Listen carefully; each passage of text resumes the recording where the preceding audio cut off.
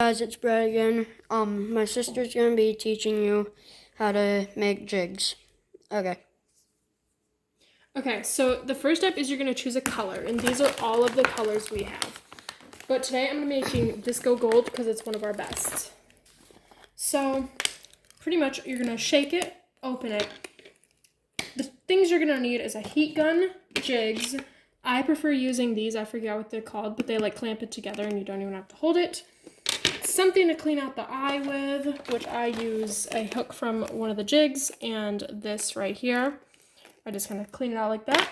And you're also gonna need some type of toaster oven or oven to bake them in. And I don't know if I already said this, but you're gonna need a heat gun to heat them up before you dip it in the powder. So first you're gonna wanna heat it up over the heat gun. This normally goes super quick. You're only gonna wanna do it for like 10, 20, 30 seconds, not that long. You're gonna dip it in the powder.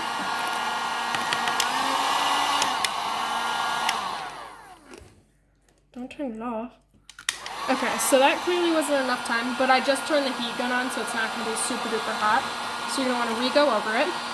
So if you guys would not like to purchase the materials to make a jig, we do sell these. They're about $2 per jig.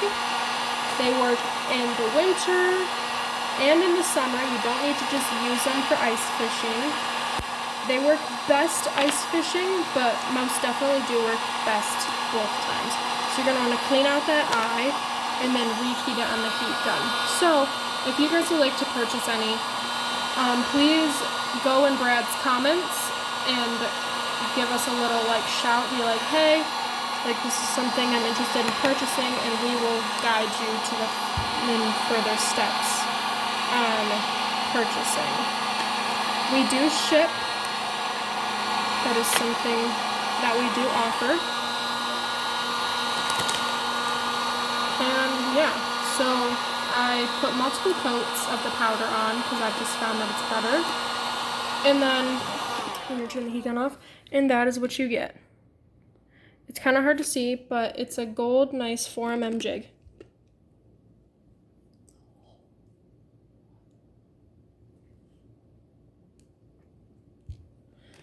And then you can, as you can see, the eyelet is cleaned out, so you can easily poke something through there.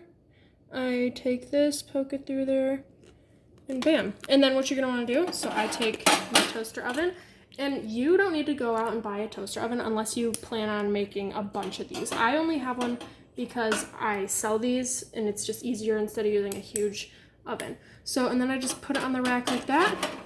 I bake it at little under 150, about 125 for 10 minutes. And I don't do just one. I normally fill this whole rack, and that's all you need. And then once you're done, you can take your wet paint and you can add colors, dots. I will go get some examples of previous jigs that I have made. Okay. So we have 3mm's, 4mm's, and 5mm's.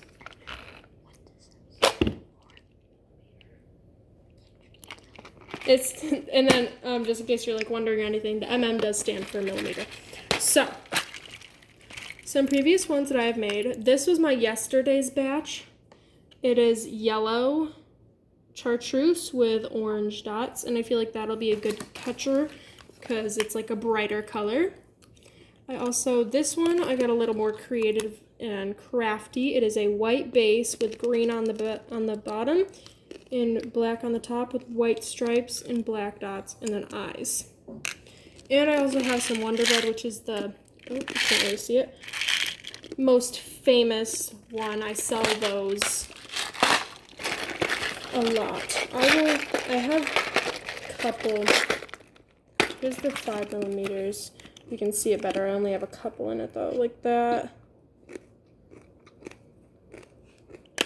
And then the Wonder Bread, most popular. Yeah, that's about it. So like I said, once you're done making however many you want to make, you're gonna Bake them at like 125 for 10 minutes and then let them cool and you're good to go. If you do add dots, you're gonna add the dots, let it dry. You can add a coat over it, like a UV coat, like a clear coat. We do that sometimes we don't. It doesn't really help, but yeah. And that is how you make a jig. And remember that if you would like to purchase some instead of making your own, go in Brad's comments and let him know.